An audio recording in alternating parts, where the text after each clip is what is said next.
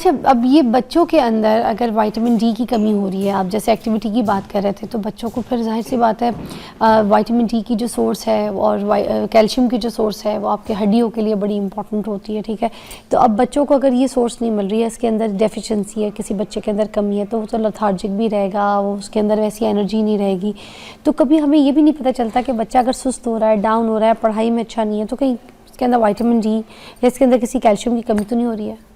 देखिए, हमारी जो सोसाइटी है ना, उसमें हमारी फूड डिप्राइव्ड सोसाइटी है। इसमें अब लोगों को पैसे होते हुए भी या चीज़ें मौजूद होते हुए भी प्रॉपर डाइट नहीं ले रहे होते। तो जब एक चीज़ की कमी होती है ना, तो वो एक चीज़ की कमी नहीं होती। सिर्फ आइसोलेटेड एक चीज़ की कमी नहीं हो सकती किसी बच्चे में। अगर उसमें विटामिन डी की कमी है तो उसमें आयरन की भी कमी होगी, उसमें मैग्नीशियम, जिंक और दूसरी चीज़ों की भी कमी हो सकती है। आपने सबको एवेलुएट करना होता है, ठीक है। तो जो मेन सोर्स है, नो डाउट आयरन और विटामिन डी डेफिशिएंसी जो है वो बहुत कॉमन है, लेकिन उसका सिर्फ ये जो है ना एक चीज़ पे असर नहीं होता कि जैसे सिर्फ हड्डियों पे असर हो विटामिन डी का। विटामिन डी का आपकी स्किन पे, आपके थायराइड पे, आपके लंग्स पे और आपके ब्रेन पे बड़ा असर होता है। कैल्शियम एब्जॉर्ब नहीं होता? विटामिन डी अगर कम है, अगर विटामिन डी कम हो तो कैल्शियम डेफिनेटली एब्जॉर्ब नहीं होता और हड्डियाँ कमज़ोर रह जाती हैं। हड्डियाँ कमज़ोर रहने की वजह से फ्रैक्चर ज़्यादा हो जाते हैं। और विटामिन डी का मैं आप क्योंकि सर्दियां हैं और स्मोक भी है, तो ये माओ को ज़रूर कहना चाहूँगा कि एक तो अपने विटामिन डी लेवल लें, जो कि प्रेग्नेंट हैं वो खुद खाएं, और अपने बच्चों को भी विटामिन डी दें, क्योंकि जिन बच्चों में विटामिन डी की कमी होती है उनमें रेस्पिरेटरी इन्फेक्शन होने के चांसेस बहुत ज़्यादा हो जाते हैं। तो इसलिए भी वो आप ये चीज़ें लें। और दूसरी चीज़ कि जैसे कि आप कह रही थी कि ओबेसिटी के लिहाज से, मोटापा के लिहाज से, कि जैसे बच्चा मोटा होता है तो उनका ये ख्याल होता है कि जी हमारे बच्चे में ये सारी चीज़ें मौजूद हैं, इसमें कोई कमी नहीं है, बल्कि उनमें भी ये कमी होती है। क्योंकि हम कहते हैं मेल न्यूट्रिशन, ग़िज़ाइयत की कमी सिर्फ कमज़ोर बच्चों में होती है, ऐसा नहीं होता। ग़िज़ाइयत की कमी मोटे बच्चों में भी होती है। ये पीक्स हैं, एक लो वेट के साथ पीक है, एक हाई वेट के साथ पीक है। हाँ, क्योंकि हाई वेट में भी बच्चा अगर सुस्त है, उठा नहीं जा रहा, लेटा तो लेटा हुआ है, काम कोई नहीं हो रहा, स्क्रीन टाइम पे बैठा हुआ है, किसी चीज़ में दिल नहीं लग रहा, खुशियाँ नहीं है, कंप्यूटर पे बैठा है, गेम्स खेल रहा है, तो वो भी तो ओबेसिटी का बेचारा डिप्रेशन का शिकार हो रहा है बच्चा। डेफिनेटली देखें, नॉट अ हेल्दी लाइफ। बिल्कुल, इसकी वजह से बच्चों को मेंटल जो होता है डिप्रेशन होना शुरू हो जाता है, स्ट्रेस ओवर ईटिंग होना करना शुरू कर देते हैं, और बच्चे स्कूल नहीं जाते, बुली होते हैं स्कूल में जाके। और इसका एक और चीज़ है कि ये सिर्फ ग़िज़ाइयत की तरफ ही ना ले जाएं लोग कि जी सिर्फ ज़्यादा खाने की वजह से, काम ना करने की वजह से बच्चे मोटे होते हैं। कुछ ऐसी बीमारियां भी हैं जिसकी वजह से बच्चे मोटे हो सकते हैं, ठीक है। जैसे कि उसमें थायराइड का, अगर हाइपोथायराइड है, कुछ सिंड्रोम्स ऐसे हैं, और उसके अलावा बच्चे की कुछ जेनेटिकली माँ बाप की तरफ से जीन्स ऐसी हैं जिसकी वजह से बच्चे मोटे हो जाते हैं। लेकिन उसमें उसको असेस करना, उसको देखना नहायत ज़रूरी है, और उसके मुताबिक उसका इलाज करना ज़रूरी है। क्योंकि अगर आप उसके मुताबिक उसका ट्रीटमेंट नहीं करेंगे, तशख़ीस नहीं करेंगे, तो बच्चे की लाइफ जो है, लेटर लाइफ, वो अफेक्ट होगी। इसलिए जब भी आपको लगे कि आपको बच्चे को मसला हो रहा है, कोई प्रॉब्लम हो रहा है, तो अपने करीबी डॉक्टर को, अपने पीडियाट्रिशियन को ज़रूर चेक करवाएं। अच्छा, आयरन की कमी का भी कैसे पता चलेगा कि बच्चा हमारे जो है उसके अंदर आयरन की डेफिशिएंसी है? देखिए, आयोडीन की जो कमी होती है ना, ये ज़रा कॉम्प्लिकेटेड सा है। उसमें होता है थायराइड के लिए तो हमारा थायरॉक्सिन बनता है, एक हार्मोन बनता है। तो उसमें बाज़ औक़ात ये होता है कि हमारा थायराइड ग्लैंड ही बच्चों में नहीं बना होता, जिसकी वजह से आपके जो होता है कि वो जो आम रूटीन में लोग सोचते हैं कि जी गलड़ बन जाएगा, गला फूल जाएगा, आपकी स्वेलिंग होनी शुरू हो जाएगी नेक पे, तो ऐसा बाज़ औक़ात नहीं होता। बाज़ औक़ात आपका थायराइड ग्लैंड ही नहीं बना होता, आयोडीन आप पूरा भी ले रहे हो तो थायरॉक्सिन ही नहीं बन रहा होता, जिसकी वजह से बच्चे की ग्रोथ नहीं हो रही होती। और ये मैंडेटरी टेस्ट है, बाहर के मुल्कों में भी, अब पाकिस्तान में भी इस पर काम होना शुरू हो गया है कि जब बच्चा पैदा होता है तो उसमें हम वो कहते हैं कि जी थायराइड का टेस्ट लाजमी करें। थायराइड लेवल्स TSH उसे कहते हैं, थायराइड स्टिमुलेटिंग हार्मोन, वो ज़रूर चेक करें, क्योंकि उससे बच्चे की जहनी ग्रोथ बड़ी इफेक्ट होती है, और बच्चे का कद बड़ा इफेक्ट होता है, बच्चे की एक्टिविटी बड़ी इफेक्ट होती है, बच्चे सुस्त रहते हैं, सोए रहते हैं, कब्ज़ होनी शुरू हो जाती है, बच्चों की हड्डियाँ कमज़ोर हो जाती हैं। तो मल्टीपल फैक्टर्स हैं इसके लिए। तो आयोडीन की कमी से गलड़ हो सकता है, कद छोटा रह जाता है, बच्चे भूखे रहना शुरू हो जाते हैं, रोटी सही तरह नहीं खाते, और कब्ज़ होने, जैसे मैंने बताया, कब्ज़ होनी शुरू हो जाती है। तो ये इसके मेन सिम्टम्स होते हैं। ये जो आयरन की जो सिरप्स पिलाए जाते हैं, ये कारामद होते हैं, जिससे बच्चों का स्टूल बड़ा डार्क हो जाता है? जी जी, बस यही एक होता है इसके अंदर के थोड़ा सा साइड इफेक्ट इसका यही है कि बच्चों के स्टूल डार्क देख के पेरेंट्स थोड़ा सा घबरा जाते हैं कि जब सिरप वगैरह पिलाते हैं जो डॉक्टर्स रेकमेंड करते हैं। वैसे खुद से तो नहीं पिलाना चाहिए ना, जी, अगर जी। है कि जो बाजार में जाके पिला लो, ठीक है क्या? नहीं, देखें, बिल्कुल नहीं पिलाना चाहिए बग़ैर रिकमेंडेशन के। जो मेन चीज़ है ना बच्चे की ग्रोथ के लिए और उसकी विटामिन डी डेफिशिएंसीज़ के ख़त्म करने के लिए, वो आपकी डाइट है। हमारे मुल्क में जो शुरू में था जब हम छोटे थे, या आपको अंदाज़ा होगा कि लोग ऑर्गेनिक चीज़ें खाते थे, डेली का डेली गोश्त आता था, डेली का डेली सब्ज़ियाँ आती थी, फ्रेश सब्ज़ियाँ आती थी, दालें भी उसी वक्त ला के पकाते थे, स्टोर नहीं की होती थी, दूध ताज़ा सब्जियाँ आता था, ताज़ा दूध आता था, दही घर में जमाया जाता, बिल्कुल दैट वाज ऑर्गेनिक। और अब हमारे मुल्क में प्रोसेस्ड चीज़ें आना शुरू हो गई हैं, जैसे कि नगेट्स हैं, बर्गर्स के वो जो हैं फूड्स हैं, वो प्रोसेस्ड चीज़ें, बैक्टीरिया भी तो होता है ना? बैक्टीरिया भी होते हैं और उनकी ग़िज़ाइयत नहीं होती, न्यूट्रिशन नहीं होती। तो ये जो सिरप्स होते हैं, ये जो हम उसकी बच्चे की जो रैपिड जो कमी होती है उसको पूरा करने के लिए हम दे रहे होते हैं। लेकिन वो अगर आप 1-2 महीने के लिए दें, बच्चे का ठीक हो जाए, और अगर आप उसकी न्यूट्रिशन ठीक नहीं करेंगी, उसकी डाइटरी हैबिट्स ठीक नहीं करेंगी, तो फिर डेफिशिएंसी हो जाएगी। तो उसके लिए आपने एक बैलेंस डाइट का पैटर्न मेंटेन रखना है, ताकि बच्चे आपके घर में जो है खुराक लेते रहें, वरना फिर वो मसले मसाइल आने शुरू और हो जाएंगे। कैल्शियम का कैसे पता चलेगा? क्योंकि कैल्शियम के लिए तो हमें बस यही होता है कि अच्छा ठीक है बच्चों को कोई चीज़ खिला दो, ठीक है, और उसके अलावा या तो फिर बच्चों के लिए दूध का है, हमें होता है कि बच्चे दूध पिएंगे तो उनको कैल्शियम इंटेक अच्छी मिल जाएगी। तो कैल्शियम जबकि हमारे पास बहुत सारी ऐसी चीज़ें हैं जहाँ पे सोर्स है, जैसे अगर हम क्या कहते हैं उसको, आंवला की बात करें, आंवला जैसी चीज़ें, और कोई ऐसी सब्जियां हो गई या ऐसे कोई फल हो गए या ऐसे खाने हो गए जिससे हमें बाकी वाइटामिन या कैल्शियम चीज़ें मिल सकती हैं, हम वो तो लेते नहीं हैं।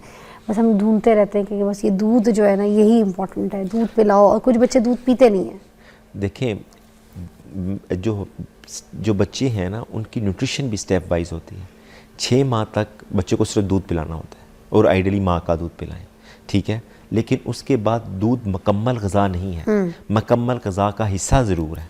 लेकिन हमारे मुल्क में माओं का ये कंसेप्ट है कि दूध में बड़ी ताकत है, वो कंटिन्यू करती रहती हैं कि जी एक तो बनाना ईजी है, अगर अपना दूध नहीं पिला रही हैं, अपना दूध भी पिला रही हैं तो अपना दूध भी पिलाना ईजी है, लेकिन अगर बना के भी देना है तो वो ईजी है। अगर बच्चा रो रहा है, बनाया, बना के दे दिया, बजाय इसके कि 6 महीने बाद बच्चों को जो होती है सॉफ्ट डाइट इंट्रोड्यूस करनी चाहिए, जिसे हम वीनिंग कहते हैं, तो वो देनी ज़रूर चाहिए।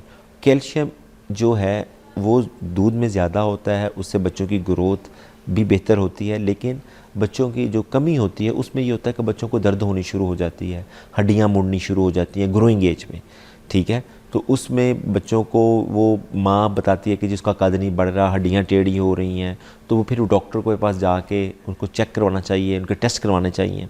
लेकिन फिर होली एंड सोली सिर्फ कैल्शियम एक सिंगल इंडिकेटर नहीं होता कि जी आपकी कैल्शियम की वजह से सिर्फ आपकी हड्डियाँ टेढ़ी हो गई। विटामिन डी भी होता है, मैग्नीशियम भी होता है, और आजकल तो विटामिन K2 का बहुत रोल है कि जी उसकी मुख्तलिफ विटामिन के इंटीग्रेशन काम करते हैं। जैसे कि अब मैं आप ही की मिसाल लेता हूँ कि ये स्टूडियो है, स्टूडियो को एक करने के लिए सिर्फ एक बंदे की ज़रूरत नहीं है, उसमें आपका टीम वर्क है। जैसे कि आप हैं, कैमरामैन है, लाइटिंग है, आपका शो करने के लिए और भी कई चीज़ें होंगी जो शायद मुझे नहीं पता, वो आपको पता है, आप अच्छी तरह। इसी तरह किसी एक चीज़ को करने के लिए जिस्म के अंदर सिर्फ एक चीज़ की ज़रूरत नहीं होती, मुख्तलिफ़ चीज़ें इंटीग्रेटेड काम कर रही होती हैं। उसमें एक चीज़ भी डेफिशिएंट हो जाएगी ना तो वो आपके प्रॉपर वर्किंग में नहीं होगा। क्या बात है सर, एक ब्रेक लेंगे, ब्रेक के बाद ज्वाइन करते देखते रहिए morning with Fiza. Welcome back, you watching morning with Fiza. अच्छा नाज़रीन, हम यहाँ पर अभी जो है ना, क्योंकि बच्चों की ग्रोथ के ऊपर, बच्चों के नशो नुमा के ऊपर बात कर रहे हैं। बच्चों की नींद भी बहुत इंपॉर्टेंट है, इसको माइनस नहीं कर सकते। हमारे बच्चे ना सारी रात जाग रहे होते हैं, मोबाइल पे बैठे होते हैं, या फिर टीवी देख रहे होते हैं, खेल रहे होते हैं, या कज़न्स के साथ अगर रह रहे हैं, अगर जॉइंट फैमिली सिस्टम है तो वहाँ पर भी हुल्लड़ मचा हुआ है। तो बच्चों की नींद बड़ी डिस्टर्ब रहती है। उसकी वजह से ना बच्चे जब नींद पूरी नहीं करते तो उनका ब्रेन का जो फंक्शन है वो सही काम नहीं कर रहा होता है। चिड़चिड़े, गुस्सा, बदतमीज़, रोते रहेंगे, गुस्सा रहेंगे, हाइपर रहेंगे, ज़िद मनवाने की कोशिश करेंगे हर वक्त। तो ये भी तो एक वजह है। नींद पे भी बात करें ज़रा। देखिए, sleep is the most important thing, ठीक है। क्योंकि हम बड़ों की तो नींद की बात कर रहे हैं, बच्चे की नींद का साइकिल, दोनों उसकी ग्रोथ, चीज़ों के लिए कितना इम्पोर्टेंट, बहुत ज़रूरी है। देखें, नींद पे वो बहुत ज़्यादा काम हुआ है, उस पे भी हुआ, क्योंकि जो ग्रोथ के लिहाज से मैं पहले आपको बता देता हूँ कि कुछ हार्मोन्स ऐसे होते हैं कि जो कि बच्चे की नींद के दौरान ही आते हैं। अगर वो नींद, बच्चा प्रॉपर नींद नहीं लेगा तो बच्चा कमज़ोर रह जाएगा, उसका कद नहीं बढ़ेगा, वो उसका कद छोटा रह जाएगा। और नींद प्रॉपर ना लेने की वजह से उसको कहते हैं पुअर स्लीप हाइजीन, कि उसकी अगर हाइजीन ठीक नहीं है, जैसे कि मोबाइल देख रहा है, बार बार उठ रहा है, भूख लगने की वजह से उठ जाता है, अगर प्रॉपर स्लीप नहीं लेता तो बच्चे की ग्रोथ बहुत ज़्यादा अफेक्ट करती है। ठीक है, तो उसमें ये है कि अगर प्रॉपर नींद ना लेने की वजह से बच्चों को मोटापा भी होना शुरू हो जाता है और इरिटेबिलिटी होनी शुरू हो जाती है, बच्चे की सेंसरी लॉस, मेमोरी लॉस होना शुरू हो जाता है। तो ये बड़ों में भी ज़रूरी है और बच्चों में भी ज़रूरी है। बड़ों में इसलिए ज़रूरी है कि अगर मदर या पेरेंट्स अपने कमरे में मोबाइल लेके सो रहे हैं और वो अपने बच्चे के साथ देख रहे हैं मोबाइल, क्योंकि माँ बाप दोनों ही आजकल मोबाइल देख रहे होते हैं, तो जब माँ बाप देख रहे हैं तो बच्चा भी देख रहा होता है। तो मैं पेरेंट्स को ये बात समझाता हूँ कि देखें, बातें करने से, समझाने से बच्चे नहीं समझते, बच्चे वो समझते हैं जो माँ बाप करके दिखाते हैं। बच्चे सुनने से ज़्यादा आंखों से सीखते हैं। आंखों से सीखते हैं, अमल करके दिखाएं। अमल करके दिखाएं, क्योंकि जब आप ये देखेंगे ना, वो देखेंगे कि मेरा बाप तो टीवी देख रहा है, मोबाइल देख रहा है, तो उनके ख्याल में यही बेहतर है। तो इसलिए, या अगर कोई फिजिकल एक्टिविटी कर रहा है तो वो उसको ज़रूर कॉपी करने की कोशिश करेंगे। क्यों हमारी अम्मियाँ जो बड़ी नानी दादियाँ होती थी, वो हमेशा बच्चों को अगर सुला, बड़े बैठे हुए भी अगर बात करें तो बच्चों को टाइम पे पहले बिस्तर पर लिटाती थी, उनके साथ लेटती थी, उनको कहानी सुनाती थी। जब वो सो जाते थे तो उनको रज़ाई दे के तो फिर जाती थी, फिर बैठक पे बातें करें, सारे रिश्तेदार बैठे हों या कुछ भी, मगर बच्चों को टाइम पे बेड पे लिटाती थी उनके साथ लेट के, है ना। बिल्कुल, डेफिनेटली स्टोरी टेलिंग करके सुलाती। आज के दौर में ये चीज़ें नहीं है, बहुत कम हो गई हैं। उसमें देखें, उसमें हमारा अपना भी कसूर है और हमने अपने ऊपर ऐसे स्ट्रेसेस क्रिएट कर लिए हैं जो शायद इतने ज़्यादा इम्पोर्टेंट नहीं है। जैसे कि इकोनॉमिक स्ट्रेस है, अपनी जॉब का स्ट्रेस है, आगे बढ़ने का स्ट्रेस है कि मैं फील्ड में अपने किसी से आगे से आगे निकलता जाऊँ, उस सूरत में आपके बच्चे पीछे रहते चले जा रहे हैं। तो इसलिए आपको अपने बच्चे पे टाइम इन्वेस्ट, जिसको कहते हैं इन्वेस्टमेंट, टाइम इन्वेस्टमेंट। तो मैं ये किसी की बात सुन रहा था कि वो कोई स्कॉलर है, मजहबी स्कॉलर बहुत बड़े, उन्होंने कहा कि सबसे बड़ी चीज़ जो आप अपने किसी को दे सकते हैं, सबसे कीमती चीज़, वो आपका टाइम है। ना पैसा है, ना घर है, ना कोई और चीज़ है, और टाइम ही ऐसी चीज़ है जो आप अपने बच्चों को भी दें, किसी को भी दें, अपनी फैमिली में भी किसी को दें, तो आपको पे बैक ज़रूर करती है। और उसमें ये देखें कि ना, जो माएँ अपने बच्चों के साथ खेलती नहीं हैं, सोते हुए, बातें करते हुए, आपने ये देखा होगा ऑटिज़म आने शुरू हो गई है बच्चों में डेप्रीवेशन, एग्रेसिवनेस आनी शुरू हो गई है, ज़िद्दीपन होना शुरू हो गया। और जो माँ बाप का एक रिस्पेक्ट का एलिमेंट, हम कहते हैं ना कि हमारे बच्चे या अदब नहीं करते, वो जो देखते हैं वो करते हैं। जब वो कहते हैं कि जी हमें टाइम पे कोई, हमारे माँ बाप ने टाइम नहीं दिया, तो then why we should give. बहुत अच्छी बात की आपने। बच्चों को सिर्फ बैठ के समझा रहे होते हैं, अपनी मिसालें देखे कि हम तो अपने अब्बा के टाइम पे ऐसे करते थे, हमारे अब्बा ने तो 1 मिनट हमें ऐसे खड़े नहीं होने दिया, हमारे अब्बा तो हमें रात को जागने, हमारे अब्बा तो खड़े हो जाते थे लाठी लेके। ये वाली बातें आज के बच्चों को नहीं सुननी, आज के बच्चों को प्रैक्टिकल करके दिखाना है। जो बच्चों को आप दिखाएंगे, बच्चे वही अमल करेंगे। और ये स्लीप इज़ वेरी इंपॉर्टेंट। आज का चिड़चिड़ा बच्चा, ये जो खुदसर बच्चा है, ये जो ज़िद्दी बच्चा है, इसको सिर्फ आप लोग सुधार सकते हैं। उसकी सेहत के लिए भी नंबर 1 इम्पॉर्टेंट है नींद, बहुत उसको अच्छी तरीके से दें।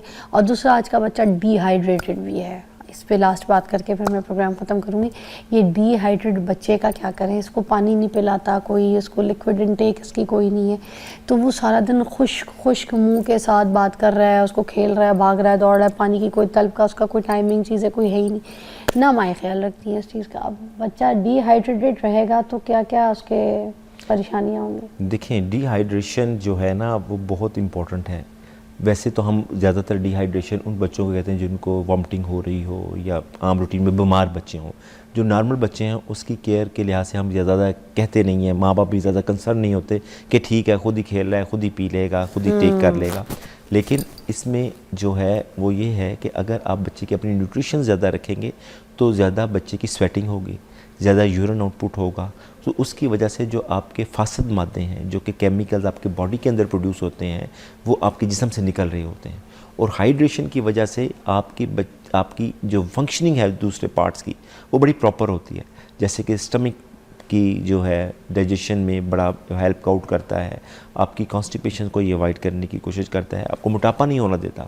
आपने अक्सर देखा होगा ना, वो हम कहते हैं कि जी पानी पिए खाना खाने से पहले। उसकी एक मिथ ये भी है कि अगर आप पानी ज़्यादा पी लेंगे ना थोड़ा खाना खाने से पहले, तो आपकी जो फूड कैपेसिटी है स्टमक की वो थोड़ी सी कंप्रोमाइज़ हो जाती है, कम हो जाती है। हाँ, तो उसमें थोड़ा सा आपको कम खाएंगे तो कम कैलोरीज बनेंगी और कम होगी। और हाइड्रेशन से आप देखें, उसमें कहते हैं कि 3 लीटर्स एक नॉर्मल रूटीन है, ज़रूर बच्चे को पीना चाहिए, बड़ों को पीना चाहिए। मतलब कितने गिलास हो गए इस हिसाब से, अगर बच्चा 10 साल तक का है? 8-9 गिलास तो ज़रूर पीने चाहिए। 8-9 गिलास, समझ में आई आपको बात? चलिए, अपना बहुत ख्याल रखिए, अपना भी, और थैंक यू सो मच, बहुत अच्छी तरीके से आपने हमें गाइड किया बच्चों के नशोनुमा के लिए। बहुत अच्छा प्रोग्राम था, इसको देखते रहिए, रील्स को सेव कर लीजिएगा, आपके लिए बड़ी कारआमद होगी। हम आपको मिलते हैं बहुत जल्द। अल्लाह हाफ़िज़।